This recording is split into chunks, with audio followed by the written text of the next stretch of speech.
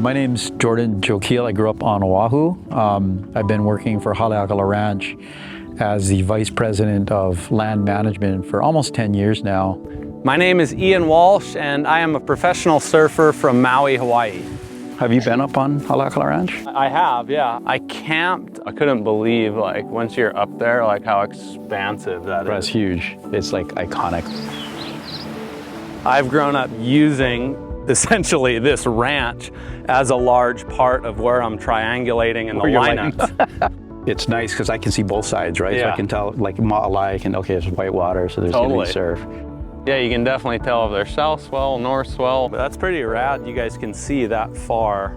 My connection to ranching is relatively minimal, but growing up on Maui and going to school, what we call upcountry, at Kinkekalike, Kalama, and Makawao Elementary, you grow up around a lot of Paniolo's. One of the things that's really become important, even since I was a kid, and I grew up on the ocean, my dad's a marine biologist out in Kaneohe, so we grew up on the water. There's been this greater awareness of Maukatu Makai and how everything is connected, you know, so not just recreation, but also protection and conservation and stewardship. We're lucky on Maui, on Haleakala, it's some of the nicest soil kind of in the world because it's volcanic. It's ash that was deposited. It's weathered for a while, but not too long, so it's really rich. And this Haleakala Ranch landscape has never been tilled. We don't, fertilize. We keep as much of the soil armored with grass as we can. So the soil and the carbon in the soil is really high, and it's actually higher than some of the native forests above ground carbon.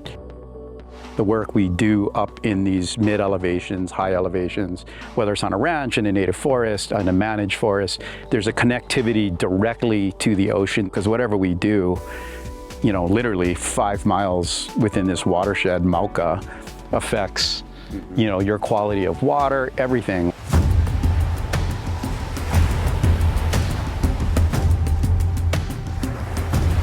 As a surfer, like how much that happens on the mountains and on land feeds directly into us. All those primary surf breaks that we all know and love come from some form of river, essentially. It's interesting because there's so much thought that they put into managing these pastures. At 6:15 every morning, they talk about what's the feed like. Honestly, they're sitting there saying, okay, the feed's coming in, the feed's strong here. Oh, we got to move the herd out because we're running out of feed.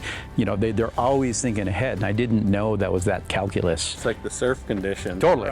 Right. What's the tide? Right. What's the wind? Wind angle. Right. What board do you bring? All of it. It's interesting. Yeah. These cattle, if they're used wisely, when we move them through, our cowboys have a practice of only taking half the above ground feed, and then below ground, actually half that amount, roughly, in biomass, just sloughs off into the soil, and that contributes carbon and other things, and it creates more vigorous growth above ground. That's so interesting to me because I would have zero understanding of any of that and how methodical it is to piece that all together. Well, and essentially like everything that surfers are passionately connected to with, preserving our oceans and our coastlines for future generations to use them the same way we have and enjoy them the same way we have. It comes from, a lot of an understanding of what's feeding into those oceans. And it's pretty cool to see like how much that changed. Like I didn't know any of that about how these pastures can sustain themselves just by grazing cattle on them. Our event, the Menehune Mayhem, has done a pretty good job of transferring information in like a creative, interactive way that they can actually get their hands on. They can understand why we do beach cleanups, why we use reusable water bottles, and kind of these little systems in place to like make it fun for them and engaging.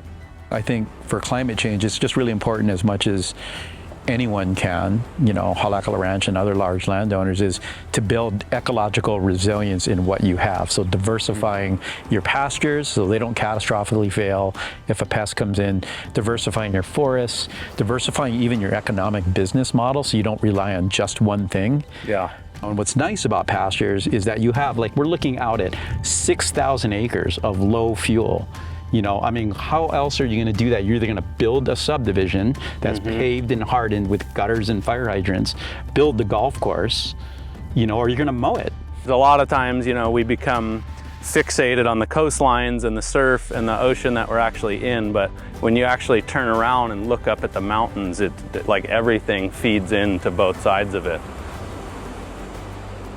I really enjoy cooking and I really enjoy beef, and I have a really, I guess, curious side to everything that I like to involve myself in and start to understand, where does the beef come from? What is the process of that?